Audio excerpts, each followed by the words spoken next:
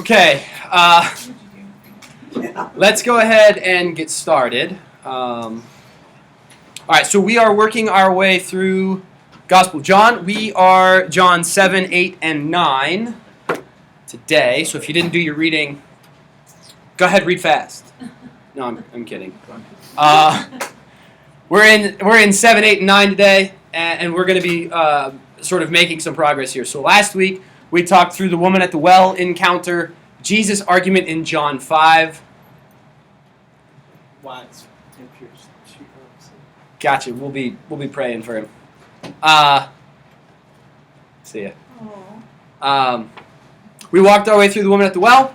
We walked our way through John chapter 5, which was Jesus' argument that is effectively, if I do what God does, then I must be God. And the unique relationship between the Father and the Son. The Son sees what the Father does and does likewise, because they are the same, but different. And then in 6, we jumped into the I am the bread of life. Okay? The first teaching in the Gospels that looks like what Jesus will do at the Last Supper, where we start to get this teaching about the Eucharist, or about communion, and about the body and blood of Christ being present in one way or another in the celebration of communion. And so Jesus is starting to set the table. No pun intended there, that was bad. Jesus is starting to set up for us what he's going to teach then when it comes to the Last Supper and the breaking of bread and the cup that is there, which he says is his blood, the wine of the new covenant. So then in 7, 8, and 9, we're really looking at one solid set of context. Okay? We're looking at one major event, really kind of 1 week in 7, 8, and 9. And Jesus has got some interesting things in that context. So today, hopefully, we'll set some context for that. And then walk our way through these passages. I'll pray for us. We'll dive in with questions, puzzlements. Hey, this was interesting, and then we'll make some progress there. Okay. All right. So let's pray. Heavenly Father, thanks again for the day, for the time that we have together. Guide our study as we look at these chapters in the Gospel of John. May your truth be made real to us as we study this text. Show us something that reveals you to us in a slightly different way today, so that we have a better understanding of who you are and who we are in light of that. We give you thanks and praise for this. In Jesus' name we pray. Amen. Okay, so 7, 8, and 9. Questions? Curious moments? Odd things? Yes. I always wonder when they have the section that says that early manuscripts don't include say this. Yeah. How do they? I know they had the meeting in whatever it was, 300 or something, to figure out what was going to be in Scripture officially. Yep. But I guess I kind of wonder, how did they figure this? Like, how did they figure out if it's not in the earliest ones to put it in there? Because it's in enough of them. Okay. That are early enough. Gotcha. We don't have... Okay, so why do we include the encounter at the beginning of John chapter 8? This is effectively the question. Why do we include it in the canon, in the texts of what we consider Holy Scripture, if it's not in the earliest manuscripts? The answer is because it's in enough manuscripts that are early enough that the church had confidence it was an authentic encounter of Jesus and this particular woman. Okay? Why it ends up here, this is where it seemed to be in other manuscripts. Or it's where the church knew it went, or thought it went, or something effectively like that. Part of what we trust in saying that we believe that Scripture is inspired is not only the authorship of it, but the preservation of its transmission. And we think, when we talk about the inspiration of Scripture, that, well, God inspired the writing and made sure that what was communicated when it was written was what he wanted communicated. Yes, but also 2,000 years worth of translating and transmission and copying and preserving of the texts is also what we should have in mind as well. And so part of that trust is the councils who met and decided, yes, this, and no, not that, and these letters, but not those, and this particular portion of the Gospel of John is attested to enough and early enough that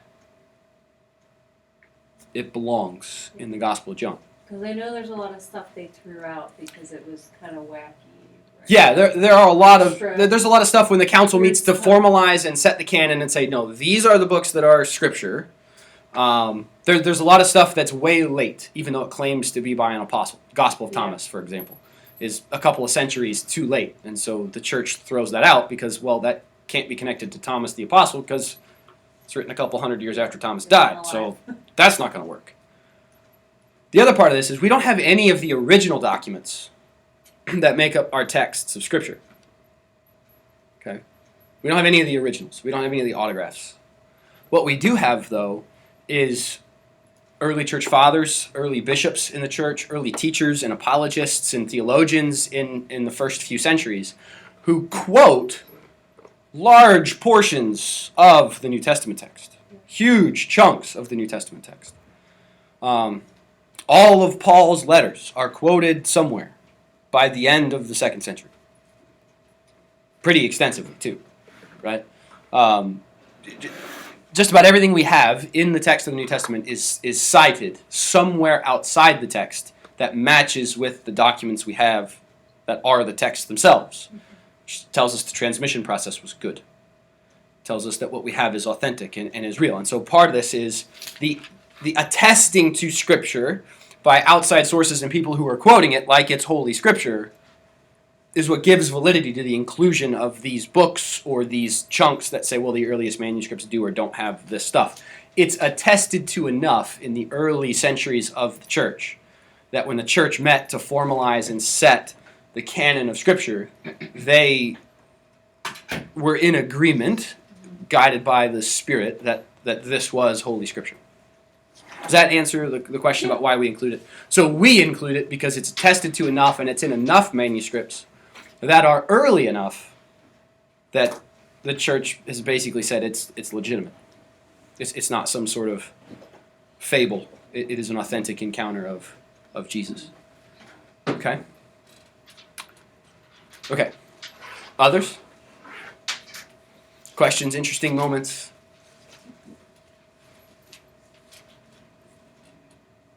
No? Okay, so let's see if I can mess with your heads and layer some context and then see if that creates some question. Not that you have to, but let's see where we end up by the time we get to the end of our time here. So chapter 7 opens, okay? At this at this time in Jesus' life, he's up in Galilee, and he had decided that he's not going to go down into Judea because the Jews are out to kill him. Well, that's smart, right? It's not his time to die, and he needs to die a particular way, and so if they're out to kill me, well, let's just not go where they're going to kill me because it's got to happen in a particular fashion and at a particular time. And so he's waiting to go down to Judea, and then he's asked, right, by his brothers, it says, come on down, show off, show everybody what's up. If you're really all that you say that you are. Now, remember, at this point in time, they're not exactly believing that he's legitimate here. And so they're sort of sarcastically poking at him. Hey, come do this stuff in public and show everybody what's real and that you're legitimately the Christ and all of this, and show yourself openly, okay? And show yourself to the world and demonstrate all of this. And they're egging him to come to this festival, right? Depending on your translation, it'll either say the Feast of Booths or the Festival of Tabernacles, the Feast of Tabernacles. Same thing, just different word choicing. So what I want to do is set the context of what exactly this festival was, and then we can talk about the stuff he says and does and why that plays into this context, okay? So, Feast of Booths, or the Feast of Tabernacles. Do you guys remember we talked about Peter's request to build for Jesus a tent up on the Mount Transfiguration from our Matthew study? Tabernacle or booth, tents. Okay? And so it's the Feast of Tents. Meant to remember the wilderness wanderings. Again, that command in the Old Testament to remember what God had done, okay, carries over into their feasts. And so the Feast of Passover is meant to remember the deliverance from Egypt. The Feast of Booths is meant to remember the wilderness wandering while all of Israel and God himself dwelt in tents. Okay? And so for a week, Israel would live in tents. They had a little house. They'd set up tents on their rooftops, and you'd camp out for a week. You lived in a tent.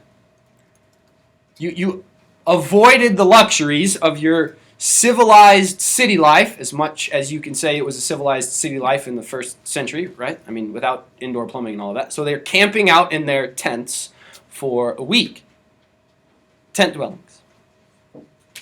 And there were things going on at the temple, and you'd go and pray and make your sacrifices and services. It's kind of like our spiritual life emphasis stuff, right?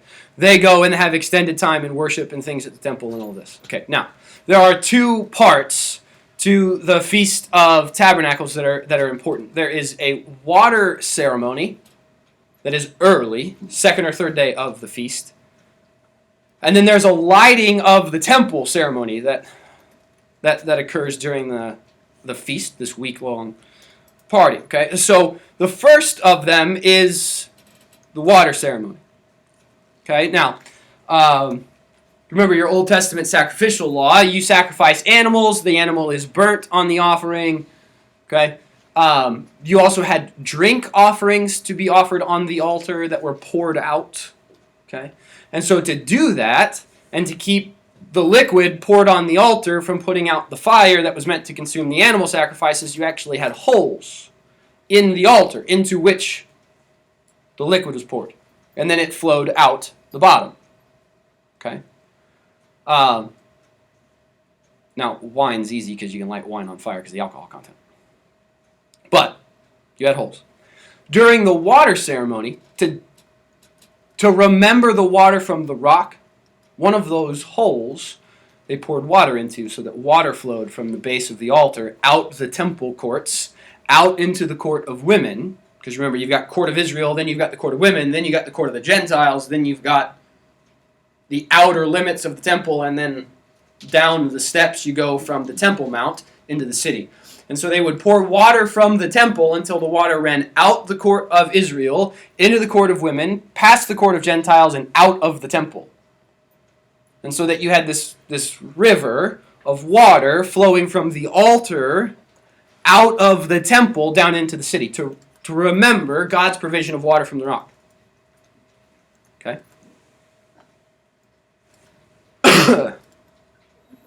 At the same time, they're offering their wine during the day, and so they might actually have both water flowing from the altar and wine. Okay, and one of the Jewish sources I was looking at, just to double check all of my information, there's actually two diameter holes. They're different.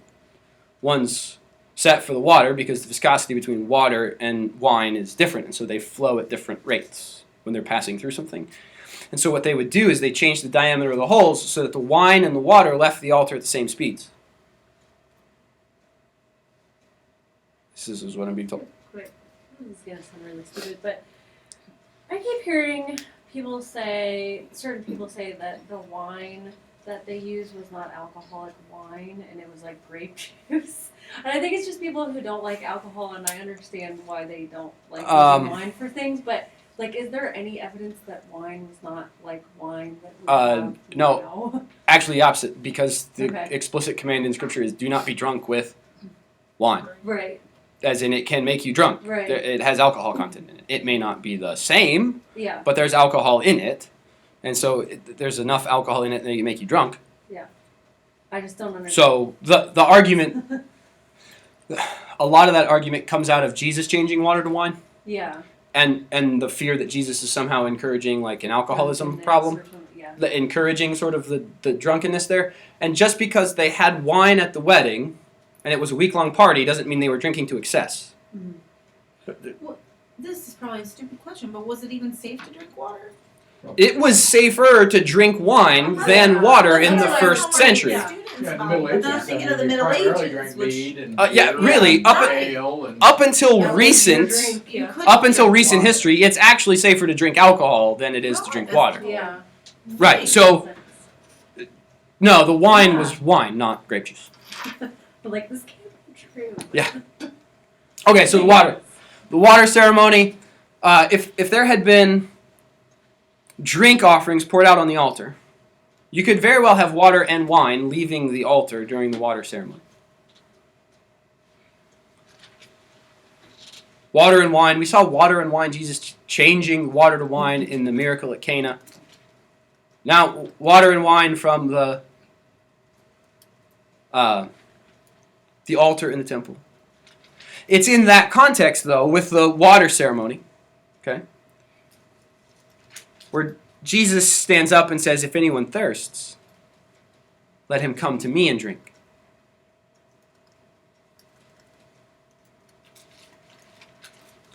Whoever believes in me, as the scripture said, out of his heart will flow rivers of living water.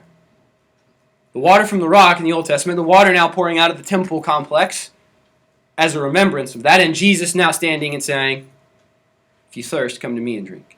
And out of your heart will flow rivers of living water. Like the river of water flowing out of the temple, God will do in you. Very similar to what he said to the woman at the well, right? I'll give you a drink that'll make it so that you're not thirsty anymore. It'll be a fountain providing you with water continually. It's the same kind of image, but it's in the context of the water ceremony at the Feast of Booths that Jesus stands up and says it. Remember, John's emphasis is Jesus is greater than. If it was good for us to get life-sustaining water from the rock, and this is what we remember in the altar and the water ceremony during the Feast of Booths, I'll provide you with life-giving water, not life-sustaining water. Jesus is greater than. Okay. Jesus is greater than. Feast of Booths. We're going to hold off on the lighting ceremony for a minute. We're going to come back to that. The challenge, because that one's just sort of straightforward. The water thing's just sort of straightforward and easy. We're going to come back to the other one in a minute because it's a little more convoluted and it gets Jesus into an argument that I think is kind of funny. But we'll poke at Jesus' argument in a minute. He's poked at by his brothers, right? Chapter 7, verse 10. Okay. Chapter 7, verses 3 through 9. The issue is, come and make this public demonstration of who you are and what you're all about. And Jesus says, no, it's not my time yet. So he doesn't go to the feast publicly. He goes in private. And then when it's time for him to teach, he stands up and he teaches. This issue of timing in John's Gospel? No, it's not my time yet. He said it to Mary at Cana. He says it to his brothers or his kinsmen, because it's the same word in Greek. Okay. He says it to his family members here. The issue is his public demonstration and announcement. He says it's not time for that public sort of demonstration glorification. For Jesus and John, that's always the crucifixion. That's the moment when the public display of what he's there to do will happen, is at that crucifixion moment. Okay? It's all right. I like that ringtone. Okay? And so Jesus goes up to the festival in private. Right? He ends up in a conversation with them in 16 through 24. Right? And the point of the conversation ends with judge rightly. Right? Jesus is teaching. He's done some things on a Sabbath day. They've got a problem with his Sabbath day activities. They accuse him of having a demon, which is going to be consistent in 7, 8, and 9. You're demon-possessed. Well, no, not quite. Exactly the opposite. Jesus says to them, he challenges, he says, you judge rightly. If you do good on the Sabbath day, why are you going to kill me for doing good on the Sabbath day? Because that's just that's the context of the conversation here. You know that you do good on the Sabbath day for certain people and certain things, and it's in the law of Moses to do good on the Sabbath day, so why are you going to kill me for doing something good on the Sabbath day? You judge rightly on that one. And he leaves them with that. Right? Therefore, the response right after that is this not the Christ? Right? They ask. 26. And here he is speaking openly, and they say nothing to him. They're talking about the religious leaders. Can it be that the authorities know that this is the Christ? It's interesting. Because what's true? The authorities actually expressly deny that this is the Christ. And here's their logic. In verse 27, right? We know where this man comes from, but when the Christ appears, no one will know where he comes from. And Jesus has spent all of the gospel up to this point, and the rest of the gospel he'll continue to say, you don't know where I come from. I come from above. No, you're from Nazareth. No, they're even wrong about that. Because while he grew up in Nazareth, and that's his hometown, he's from where? Bethlehem, the city of David. So they can't even get that right. We know where he comes from. No, not really. Born in Bethlehem. Comes from God. Comes from the Father. Comes from above. No one will know where he's from.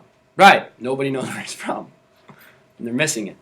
Again, that theme in John of those who should understand and those who are supposed to get it are missing it. Where the crowds are pointing at it going, well, maybe they know something we don't know.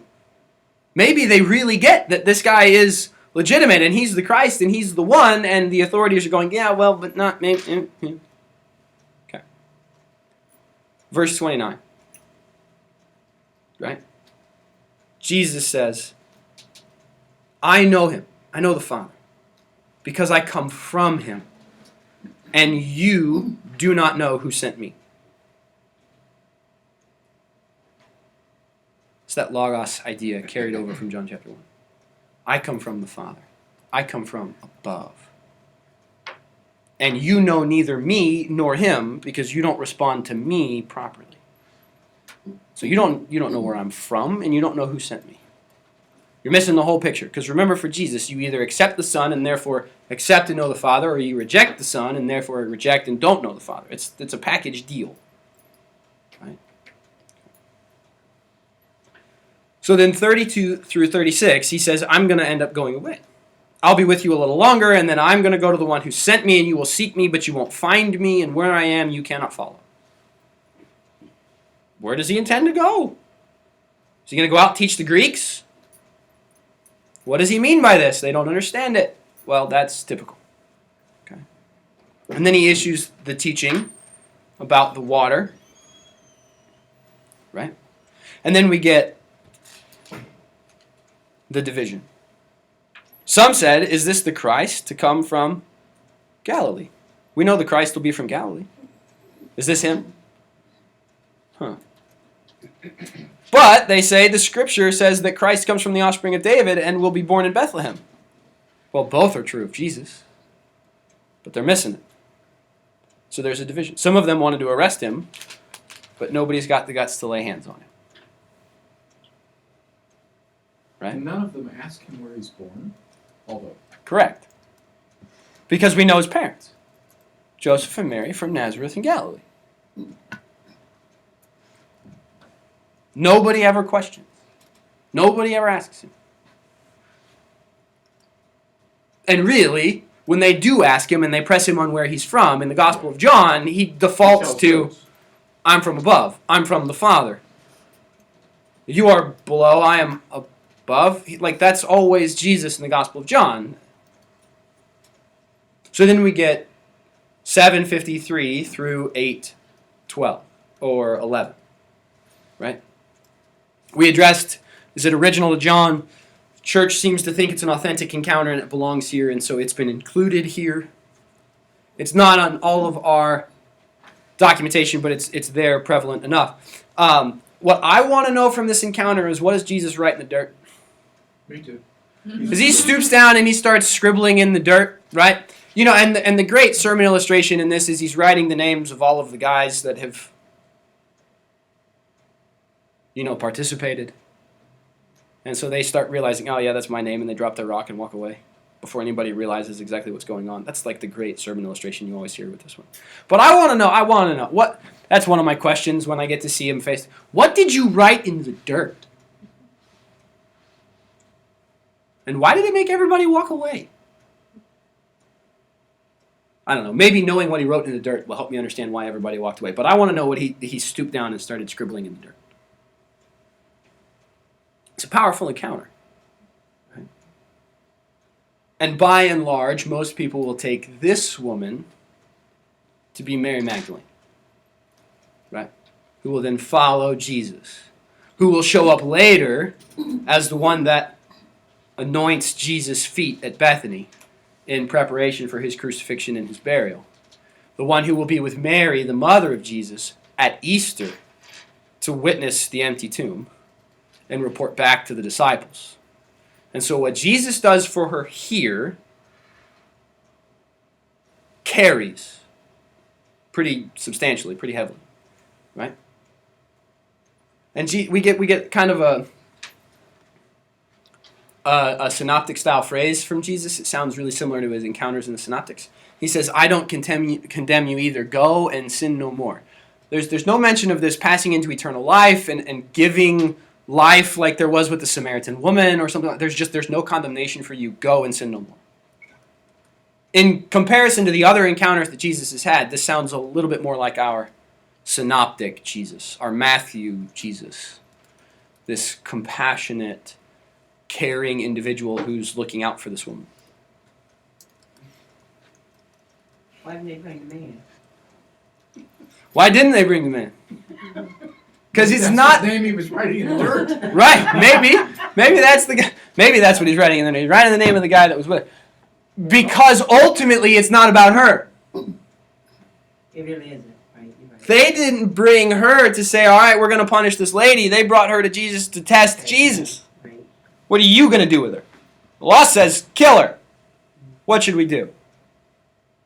Jesus says, the one who's perfect, go ahead and start. I don't think he's writing anything in the dirt. I think He's he's... just playing. Yeah. Like he's like this. Doodlegrams? What you're doing is not important. Like, yeah. Yeah. Could very well be. He's drawing smiley faces. I've heard 10 Commandments, and that seems like a lot. Could be. Well, I mean, Only he pick a few. he would be the guy that would know them. I heard Could be You only right. have to pick a few to get the whole crowd going. That's true. There.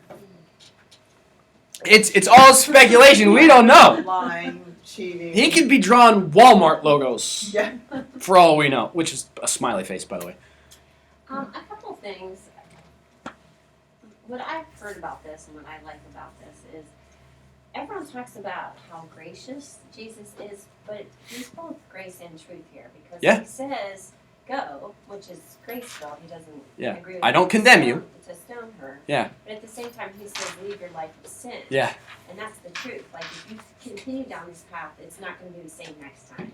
You know what I mean? So I don't know. People always try to say he's all grace. He's truth and grace. He's No, absolutely. in a perfect combination. Absolutely, and he's that way with the man at the pool of Bethesda as well. Yes. He says to the man at the pool of Bethesda, "Stop sinning so nothing worse happens to you. You've been paralyzed once. Don't make God any angrier than you already made him in your lifetime." Yeah. Okay, and it's like you're right. It's similar in this encounter. Go, I don't condemn you, but don't do this again. And then the other thing I read about this situation was the way they were trapping him was according to both the Jewish law and the Roman law, that he was stuck between the two, that the Jewish law called for her to be stoned. But the Roman law said a Jew cannot. Yeah, because under Roman law, the Jews They didn't can't have that execute authority. anybody. Yeah. And so, there is a legal conflict here. So- They have to get Roman approval before they can commit an execution. So that's why they brought that to her. I didn't realize Yeah. it was that, You're right. Yeah, it is a conflict between Jewish law and Roman law, because the Jews need approval to put anybody to death, which is why they have to take Jesus to Pilate in the crucifixion. But yeah, ultimately, the encounter isn't about the woman for the Jews who bring her to Jesus. It's about trapping Jesus, and Jesus spins it and says, okay, well, let's deal with what's really here then. Sin. So if you don't have sin, you go ahead and condemn her for her sin. And then the person who's right in issuing condemnation, their judgment, remember he said that in John chapter 5, says to her, I don't condemn you. Now go and leave this life. Stop doing this. And live like you know you're supposed to. And she's going to go ahead, assumedly she's going to go ahead and do that. Right? Again, if this is Mary Magdalene. Okay, so then that launches us into the last half of this context. Which is still at the Feast of Booths. Okay? They're still there. And so Jesus again stands up at the feast in the temple to speak. And in verse 12, he says, there's our I am statement again, using the divine name of God that God gave in Exodus 3:14, the I am. I am the light of the world. Now there's two things I really like about this. The first is the word there in Greek for world. The word there in Greek for world is cosmos. I'm the light of the cosmos. It's bigger than just, I light up the planet Earth. I'm the light of the universe. That should pull us back into that prologue theme about in him was life, and the life was the light of all mankind. This is what Jesus is saying. I illuminate creation. The whole thing. 2, the context in which he says it. I told you about that lighting ceremony at the Feast of Booths, so let's talk about that. Remembering the wandering through the wilderness also means remembering how God led Israel through the wilderness. How did he lead Israel through the wilderness? Pillar of fire. Pillar of fire by night, cloud by day. So as a symbol of that, there are 4 lampstands set up in the temple in the court of women. Okay. 75 feet high, roughly. Gigantic. We're talking like candles or bowls of oil with a wick. The wicks were made of old priestly garments that could no longer be used for the priest because they were being worn too much. They were becoming tattered and things. So they used those as wicks for these candles or the lamp itself. Gigantic bowl of oil, whatever it was, and they'd light these bowls, there are 4 of them, stationed around the court of women, one at each of the corners. And they'd light these things on fire to give light. And they remained lit, once the lighting ceremony happened, they remained lit for the rest of the feast. And by day you could see the smoke and the fire, and then by night the fire lit up the city of Jerusalem. And so Jesus stands in the temple under these lights that it's at night. And he says, in the context of these lights, giving light to the entire city, because remember this is up on the Temple Mount, and they're 75 feet tall, these things are up above the temple complex itself, lighting up the city of Jerusalem. Jesus says, I'll do you one better. I'm the light of cosmos. I am the light of the world. Okay. And so the Pharisees challenge him. Well, you bear witness about yourself. Jesus says, even if I do bear witness about myself, my testimony is true. I know where I came from. I know where I'm going. You know neither. And you judge according to the flesh. I judge no one. But even if I do judge, my judgment is true because it's not I alone, but it's me and the Father. Which means my testimony is also that double, me and the Father. It's exactly what he already said in John chapter 5.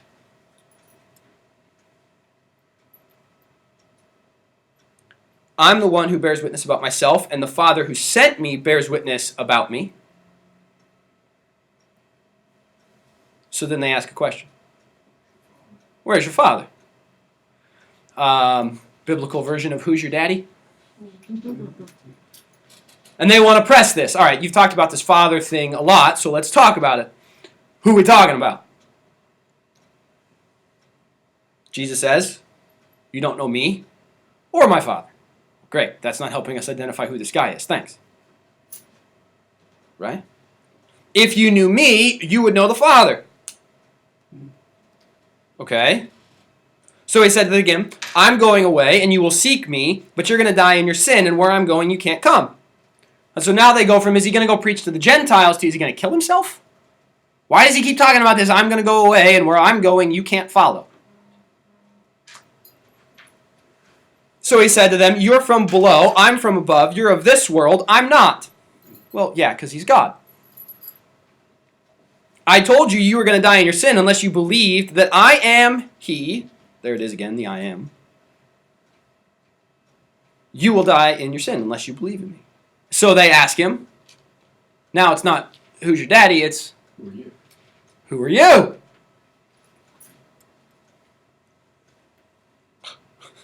And so Jesus says, just what I've been telling you from the beginning. John chapter 5.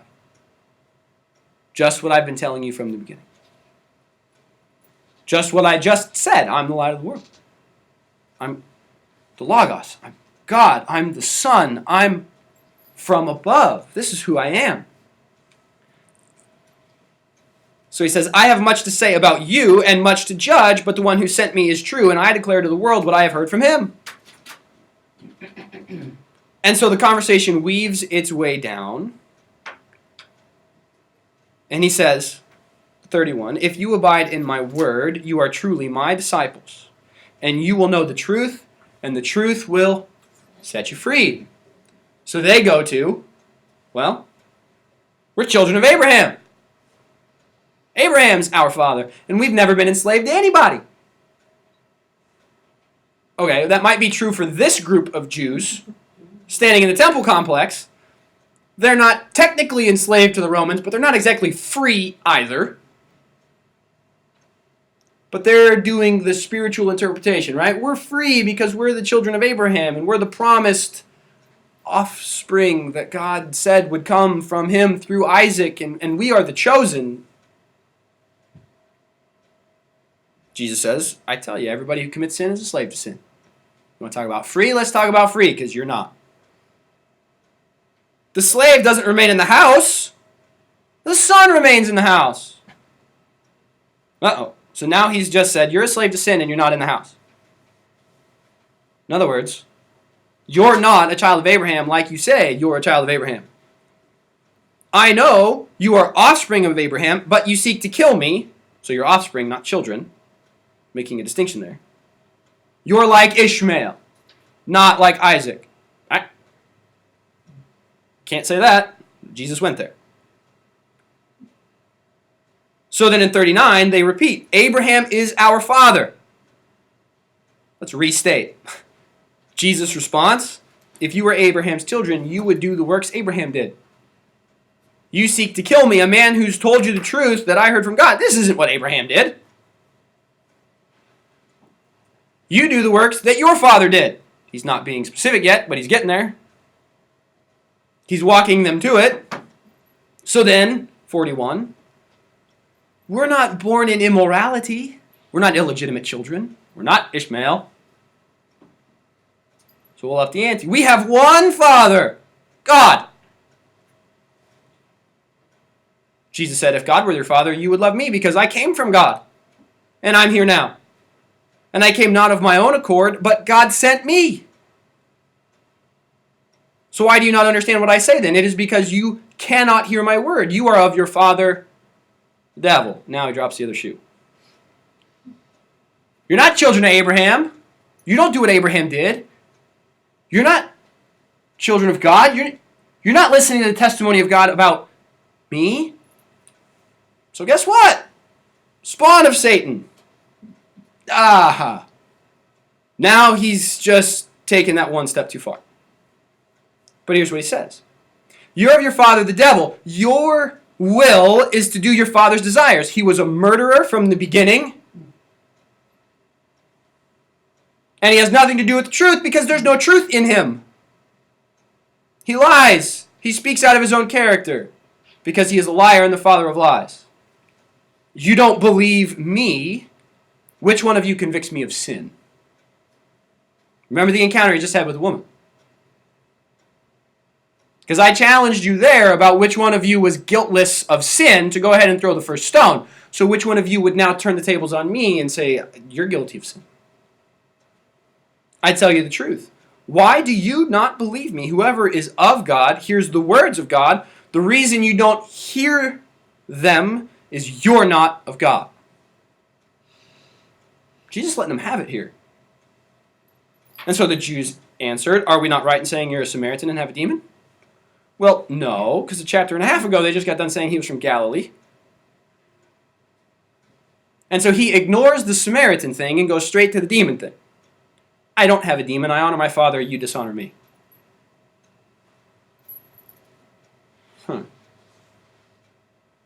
Remember, he's already called them children of the devil. I don't seek my own glory.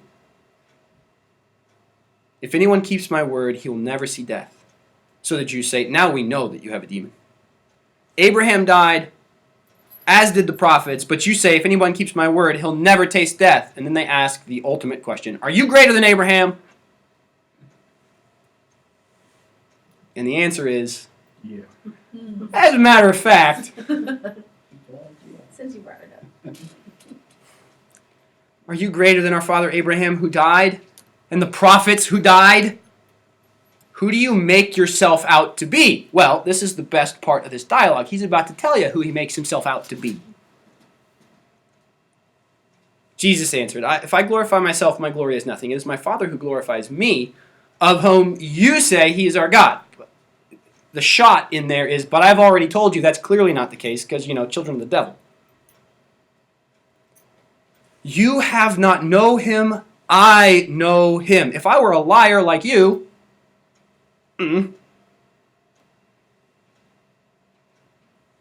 if I were to say that I did not know him, I would be a liar like you. But I do know him, and I keep his word. And then he spins it. Your father Abraham rejoiced that he would see my day. He saw it and was glad. Past tense. As in it already happened. Interesting. And so the Jews, clearly confused by Jesus' comment, you're not 50 yet. How have you seen Abraham? All right, so let's put this on a timeline for a second. You're not 50 yet. How have you seen Abraham? It's 24, 25 AD here, AD 24, 25 when Jesus is doing this. Abraham was right around 2000. Moses, 1400, 1300 something in there. David's 1000. You're not 50. Got to be a little older than 50 to get back to Abraham, folks. It's another 1950 years to get back to Abraham. 1975 years to get back to Abraham. You're not yet 50. Have you seen Abraham? Truly, truly, I tell you. Before Abraham was, I am. And he just drops the name. And then, by the way, drops the mic and runs off stage. Because he says, truly, truly, I tell you, before Abraham was, I am, and they grab stones. Now he's gone one step too far. He's used the divine name to say, I am the bread of life. He's used the divine name to say, I am the light of the world. And now he's just out and out said, I am. It's the claim from the prologue. In the beginning was the Word, and the Word was with God, and God was the Word. This Jesus is the God that was present to Moses. Remember that Trinity thing. This Jesus is God. And he drops the divine name, and they grab stones. And Jesus goes, well, look, it's not my time yet, folks, so catch you later. And he ducks out of the temple. He hides himself in the crowd, and out he goes. Catch the first verse of John chapter 9. As he passed by, he's on his way out of the temple because they're trying to kill him, and he happens to notice in his little scamper to get out of the temple, oh look, a blind man. It's all in connection to the I am the light of the world. It's one continuous narrative. I'm the light of the world. You don't understand the testimony about me. You can't see the light. I can see clearly now. The rain is gone. Okay, let that play in your head for a second. And his disciples stop him and they say, all right, Jesus, who sinned? Huh? I love this question, by the way, because I want to figure out how this works. All right, Jesus, who sinned? This man or his parents that he was born blind? I want to know how they know he's born blind, by the way.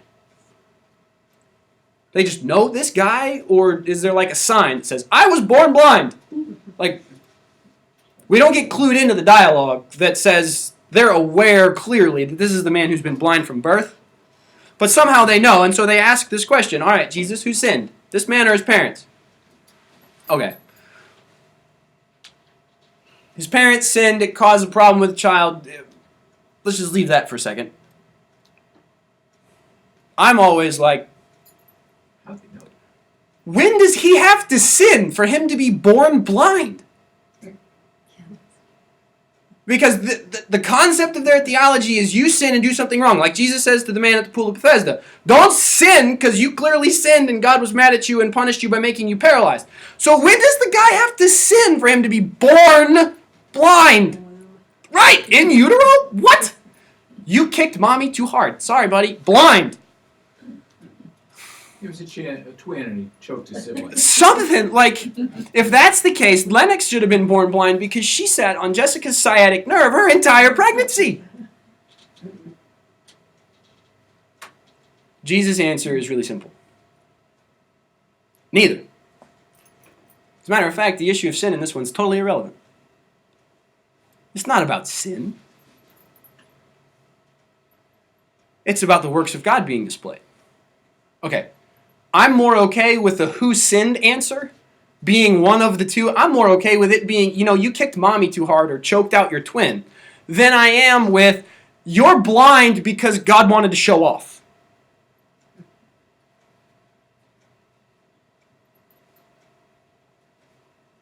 Because what does that say about my suffering? This one gets me every time. Because it sounds a lot like Job. God starts that whole encounter in the book of Job. God says to the Satan, to the accuser, have you considered my servant Job? He's pretty awesome. And then the encounter unfolds from there. And then God does it again in chapter 2. Have you considered my servant Job? Yeah, he's still pretty awesome. This man was born blind that the works of God might be displayed. I got to be honest, I wrestle with that. But at the same time, it flips a perspective switch for me.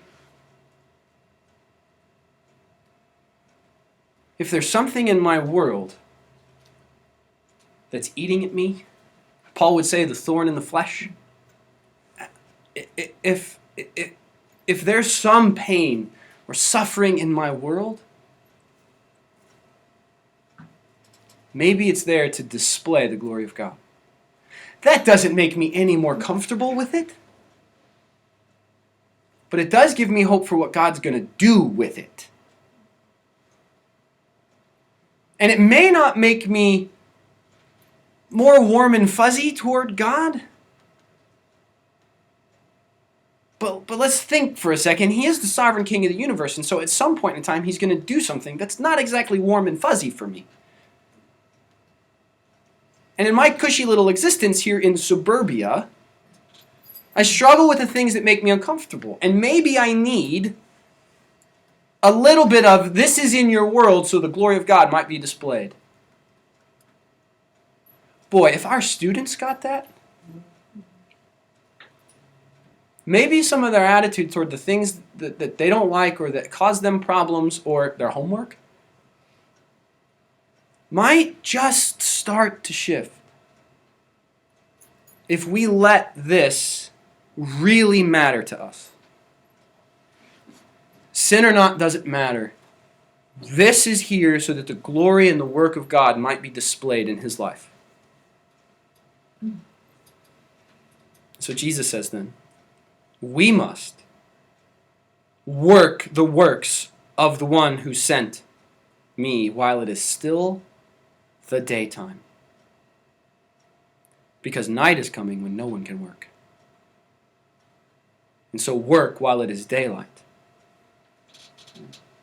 Then he says in verse 5, as long as I am in the world, he repeats it, I am the light of the world. The two encounters, the dialogue and the argument with the Pharisees in 8:12 through 59, and now the healing of the man born blind, are connected events. And they're connected around the idea that Jesus is the light of the world, the great I am, who can undo the way somebody was created or born. Man's created without his sight. He's born without his sight. Jesus is going to undo it. That's the role of the Creator. Because only the Creator can undo what was created. It's the same thing God does in the plagues on Egypt. He undoes the laws of creation that governed it and said, yeah, we're going to mess with creation for a minute. He's doing something very similar with the man born blind here. And he does it in a really cool way. Spits on the ground, makes some mud. That always entertains the 6-year-old boy in me.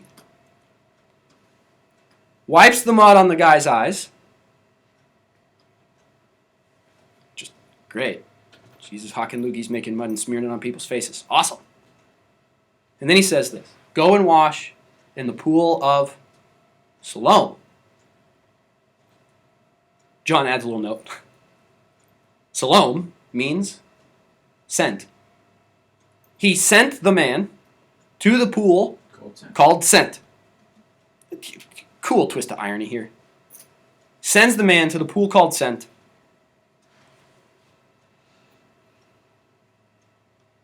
And in a way sends him right to the Pharisees. And in a way, the man is sent by Jesus to the pool called Sent to then go to the Pharisees and declare his testimony. And that's exactly what happens in the rest of the chapter. The man is challenged by the Pharisees. The Jews don't believe that he had been born blind.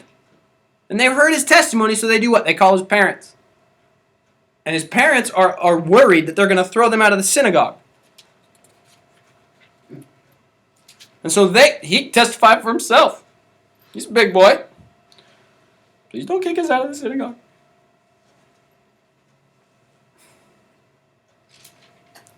(25 through 34). Right? 24 to 34. A second time they called the man who had been blind, but now clearly can see, and they said, give glory to God. We know that this man is a sinner. And the man says, sinner or not, I don't know. What I do know is I was blind, now I see.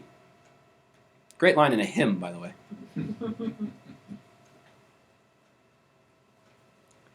He answered them, I've told you already, right? Because they ask him again, what did he do to you? And how did he open your eyes? And he says, I've told you already, and you wouldn't listen. Do you want to hear it again? Do you want to become his disciple too? That sets them off a little. You are his disciple, we're disciples of Moses. Well, Abraham didn't work the first time, so let's try Moses this time.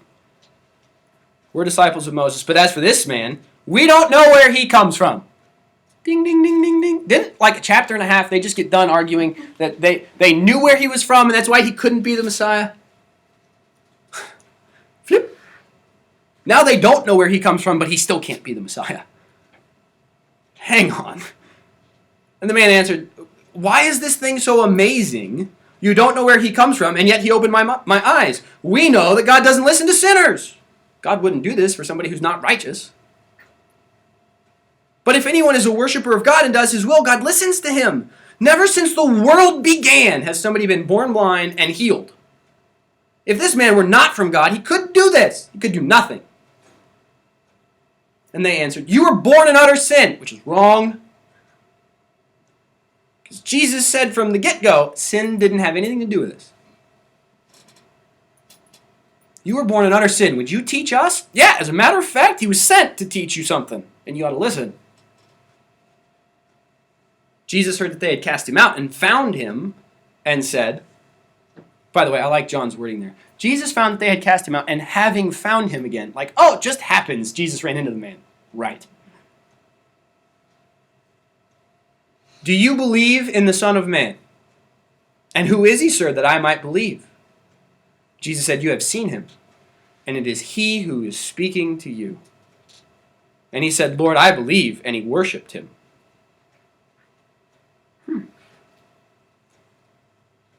Jesus said, for judgment, I came into this world, that those who do not see might see, and those who see might be blind. Some of the Pharisees heard him say these things, and they said to him, are we also blind? Assuming the answer of, well, no. And Jesus said, if you were blind, you would have no guilt, but now that you say we can see, your guilt remains. The whole encounter is about, can you see the light? The whole encounter from 8:12 forward is, can you see the light? I'm the light of the world. This light in the temple is great. I'm the light of the universe. Where's your father? Who are you?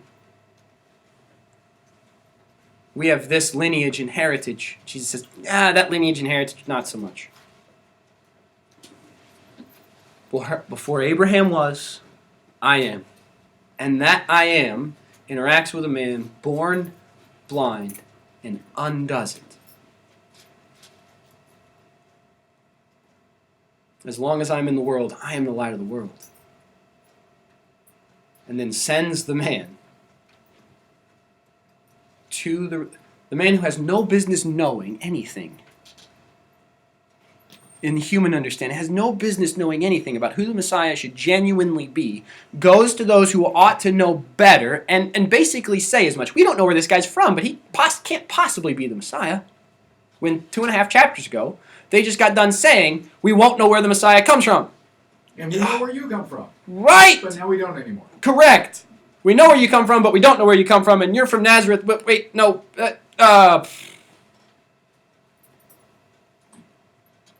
The testimony of those who shouldn't know any better rings true for the Gospel of John. Remember I said trial vocabulary.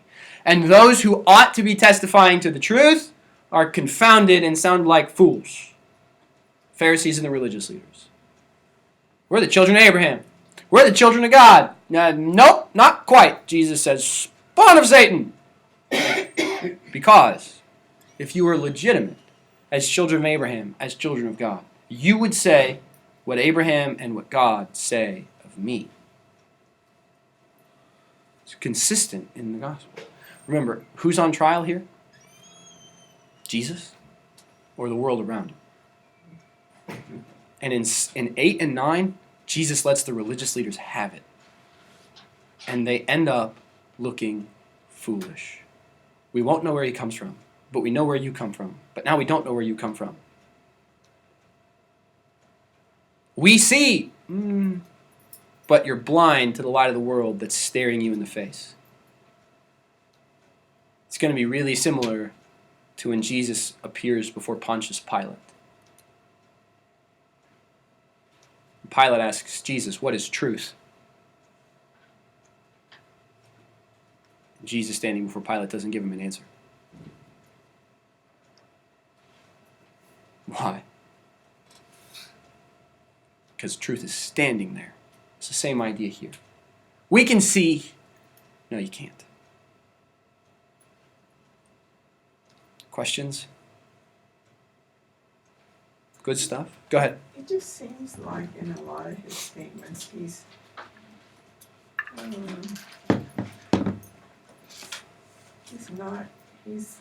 talking in circles.